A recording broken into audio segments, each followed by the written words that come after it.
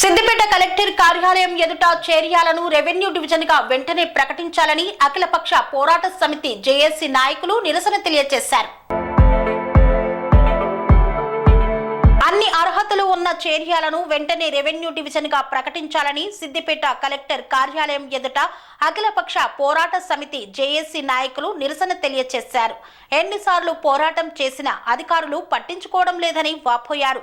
చూస్తాం చేస్తామన్న మాటలకే పరిమితమయ్యారని ఆగ్రహం వ్యక్తం చేశారు.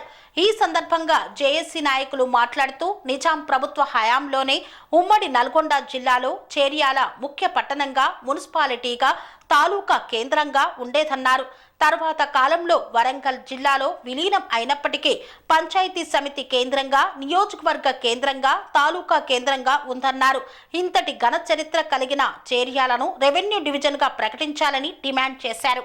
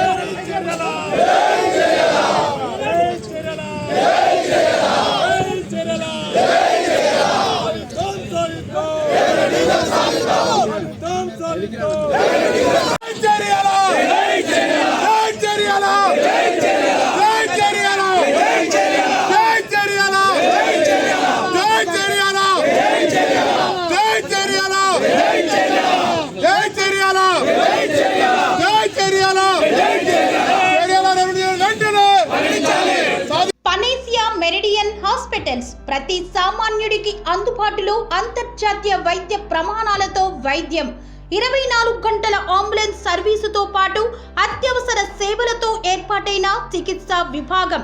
మా దగ్గర గుండె సంబంధిత, మూత్రపిండ, కాలేయ, కంటి జబ్బులకు, మోకాళ్ల శస్త్ర చికిత్సతో పాటు కోవిడ్-19, బ్లాక్ ఫంగస్ వంటి వైరస్లకు, అన్ని రకాల ఆరోగ్య సమస్యలకు నమ్మకమైన అత్యాధునిక వైద్య చికిత్సను అందిస్తున్న హాస్పిటల్ పనేసియా మెరిడియన్ హాస్పిటల్స్. మీ ఆరోగ్య సమస్య ఏదైనా ఇప్పుడు పరిష్కారం సాధ్యం.